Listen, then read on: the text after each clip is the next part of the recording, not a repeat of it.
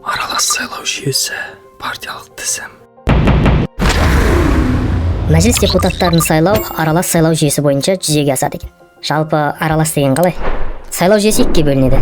Мажоритарлы деген жеке өзін ұсына алатын болса, екіншісінде партия ұсынады. Мажоритарлы қосу пропорционалды тең аралас сайлау жүйесі. Жалпы мәжіліске 98 депутат сайланады. Оның 29-ы бір мандаттық аумақтық округ бойынша. Түсінікті түрде айтсақ, әр республикалық маңызы бар қалалар мен облыстардан 29 округтан 29 депутат сайланады. Ал 69 депутат, яғни 70% партиялық тізіммен сайланады. Мына 7 партияның әрқайсысы бірнеше үміткерден тұратын партиялық тізім ұсынады. Ескере кететін. Партиялық тізімде бар үміткер бір мандаттық аумақтық округ бойынша өзін ұсына алмайды.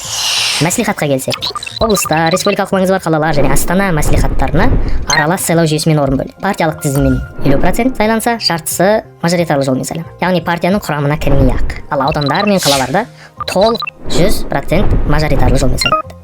Яғни бәрін халық таңдайды.